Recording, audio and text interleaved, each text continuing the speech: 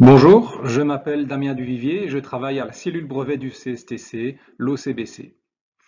L'OCBC est un service qui est financé par le SPF Économie et qui vise à fournir des informations sur la propriété intellectuelle dans le secteur de la construction. Le webinaire d'aujourd'hui portera sur l'importance des marques pour les entreprises de la construction. Les marques font partie des droits de propriété intellectuelle et plus particulièrement la propriété industrielle, contrairement par exemple aux droits d'auteur ou aux droits voisins qui sont repris dans la propriété littéraire et artistique. Alors qu'est-ce qu'une marque? La marque de fabrique, de commerce ou de service est un signe susceptible de représentation graphique qui sert à distinguer des produits ou des services d'une personne physique ou morale. Alors il y a trois grands principes concernant les marques.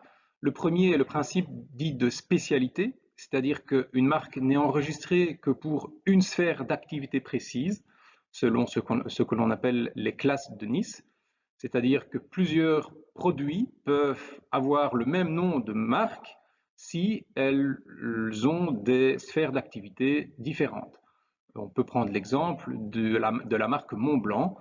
Vous pouvez avoir des stylos Montblanc, des cartables Montblanc ou d'autres produits avec comme marque Montblanc si elles ont des sphères d'activité différentes. Il y a le principe de territorialité, donc le droit pour lequel la marque a été déposée ne vaut que dans le pays où elle a été enregistrée. Et il y a différents types de marques, nous le verrons tout de suite, donc des marques nominales, sonores, figuratives, animées, etc.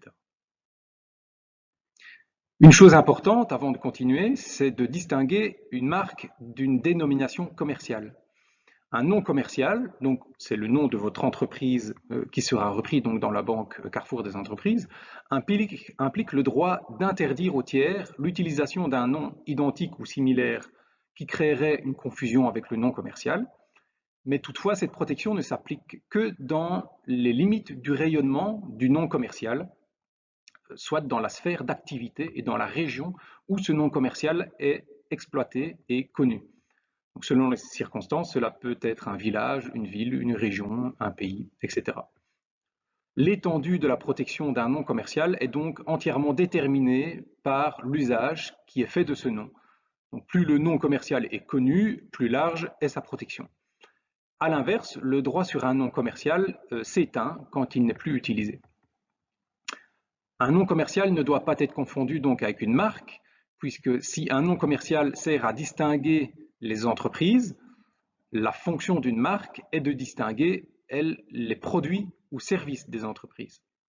Par ailleurs, une marque octroie un droit d'interdiction exclusif dans l'ensemble du territoire pour lequel est enregistrée pour lequel elle est enregistrée, ce qui n'est pas le cas d'un nom commercial.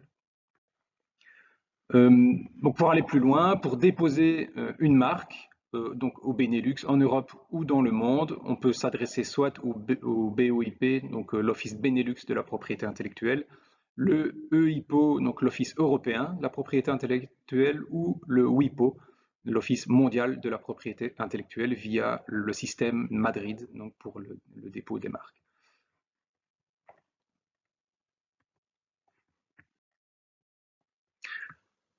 Il y a évidemment quelques conditions au dépôt d'une marque. Donc la marque ne peut pas contenir ou faire référence à une marque antérieure, à une dénomination ou raison sociale, s'il peut exister un risque de confusion dans l'esprit du public, un nom commercial ou une enseigne connue, une appellation d'origine, au droit d'auteur, au droit résultant d'un dessin ou d'un modèle, au droit de la personnalité d'un tiers, à la personnalité d'un tiers, au nom, à l'image ou à la renommée d'une collectivité territoriale. De plus, pour être valable, une marque doit être distinctive, c'est-à-dire qu'elle doit être suffisamment détachée du produit ou service qu'elle désigne. Elle ne peut pas être descriptive. C'est-à-dire, je vais donner quelques exemples, on ne peut pas déposer la marque chaise pour désigner des meubles, mais Monsieur Chaise pourrait éventuellement convenir. La marque Petit Bateau est bien distinctive lorsqu'elle est appliquée à des vêtements, mais ne l'est pas du tout pour une embarcation. Baby Dry a été jugé suffisamment distinctif, mais le ruban bleu utilisé pour des fils électriques de couleur bleue n'a pas été retenu. Beau teint n'a pas été accepté pour des produits de beauté, mais bonne mine, bien. Donc là, vous voyez que ça devient un peu délicat parfois, et ce genre de situation, le caractère distinctif est souvent tranché par un juge lorsqu'il y a un problème. Alors, il existe différents types de marques, comme nous l'avons déjà mentionné. La marque la plus simple, c'est la marque nominale ou verbale, donc qui consiste simplement en du texte, comme Coca-Cola.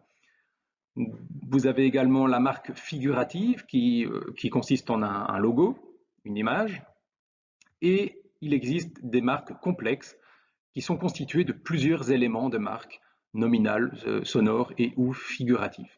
Ce type de marque est un assemblage d'éléments qu'il est possible de déposer, mais dont chaque élément n'est pas protégeable séparément. Vous avez par exemple ici EPBD avec donc une partie verbale et un logo, ou CPRO qui combine également les deux. Alors en ce qui concerne les couleurs, une pratique courante consistait à déposer le logo en niveau de gris, ce qui les rendait valables pour n'importe quelle couleur. Voilà pourquoi par exemple le logo du CSTC a été déposé en niveau de gris. Vous pouvez par exemple le retrouver sur TMView. Nous verrons par la suite comment rechercher des marques. Mais ce principe n'est plus valable aujourd'hui. Donc aujourd'hui, si vous voulez protéger votre marque avec un certain type de couleur, vous devez le déposer avec la couleur dont vous voulez protéger. Vous ne pouvez plus le déposer en niveau de gris, ça ne va plus protéger les couleurs. Et puis il y a également les marques sonores ou les marques animées. Donc par exemple, vous avez le cri de Tarzan ou les marques animées que l'on voit parfois en début de film.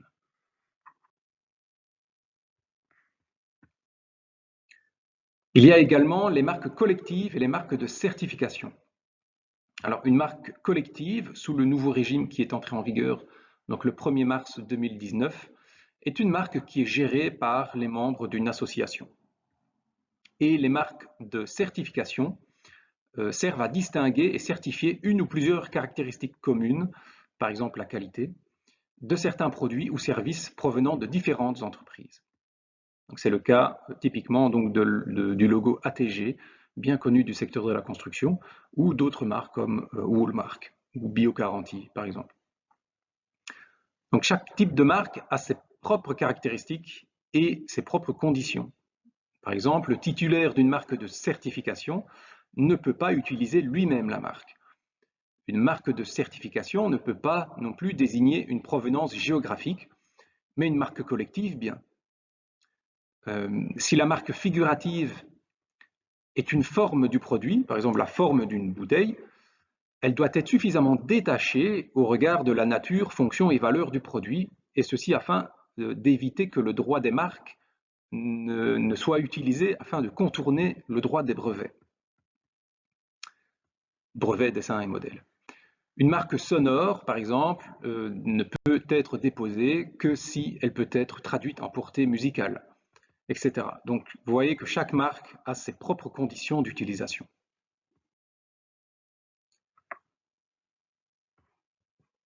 Alors, quelques remarques concernant ce qui a été dit. Le caractère distinctif, surtout quand il s'agit de forme ou de couleur, est souvent tranché par un juge, puisqu'on a vu dans quelques exemples que ça pouvait être très délicat parfois. Une odeur ne peut pas normalement servir de marque, mais il existe pourtant déjà quelques exemples, comme une balle de tennis qui sent l'herbe fraîchement coupée. La partie verbale d'une marque complexe a toujours le dernier mot. Et évidemment, c'est au déposant de faire une recherche pour voir si une marque est libre. D'autres remarques, une couleur de base ne peut pas faire l'objet d'une marque, sinon plus personne ne pourrait les utiliser puisque ce sont des couleurs de base, mais les nuances de couleurs sont bien déposables. Encore une fois, pour être valable, la couleur déposée à titre de marque doit être distinctive, donc on ne pourrait pas déposer la couleur orange pour des oranges ou le blanc pour des produits laitiers. Et une désignation de la couleur au moyen d'un code d'identification internationalement reconnu est nécessaire. Dans ce cas-ci, c'est la classification Pantone. Vous voyez quelques exemples, hein, la couleur orange pour le orange, que l'on connaît bien, Decathlon, Petit Bateau ou même Nikon qui ont déposé donc des marques de couleurs. Alors en ce qui concerne les symboles, vous avez le symbole TM, donc pour trademark, qui se distingue de SM Service Mark et qui vient principalement des États-Unis, mais sa portée est essentiellement informative. Donc il n'y a aucune obligation et aucune portée juridique de ce symbole. Le seul symbole qui est officiellement, internationalement reconnu est le symbole R, qui signifie donc que la marque est enregistrée sur le registre officiel du pays où elle est utilisée. Donc sa portée est avant tout juridique et donc c'est bien le seul symbole qui est reconnu à ce jour. Quelques infos pratiques concernant les marques. Il est possible d'enregistrer le nom commercial comme marque. Donc on a vu que le nom commercial était différent d'une marque, mais on peut déposer comme marque son nom commercial. Un dépôt est limité dans le temps, donc 10 ans, mais renouvelable à l'infini. Une marque non utilisée pendant 5 ans peut être radiée pour absence d'usage, si quelqu'un en fait la plainte. Et le dépôt, c'est 240 € pour 10 ans, minimum. Pour le dépôt, on peut déposer dans le Benelux via l'Office Benelux de la propriété intellectuelle, pour les pays de l'Union européenne, donc à l'EIPO, anciennement OHMI, et dans le monde à l'Office mondial de la propriété intellectuelle via le système de Madrid. Pour les recherches de marques, on peut se rediriger vers TMView, donc qui est www.tmdn.org, ou via des sites des offices nationaux. Par exemple, vous avez PatentScope, pour WIPO, vous avez sur le site de l'EIPO, vous avez également la possibilité de rechercher des marques, etc. Donc il y a différentes possibilités. Voilà, si vous désirez plus d'informations, n'hésitez pas à vous rendre sur le site www.ocbc.be où vous trouverez nos newsletters que nous publions régulièrement. Si vous avez plus de questions, vous pouvez nous contacter directement par mail ou par téléphone. Nous sommes également disponibles, présents sur les réseaux sociaux. Voilà, portez-vous bien, merci de votre attention, au revoir.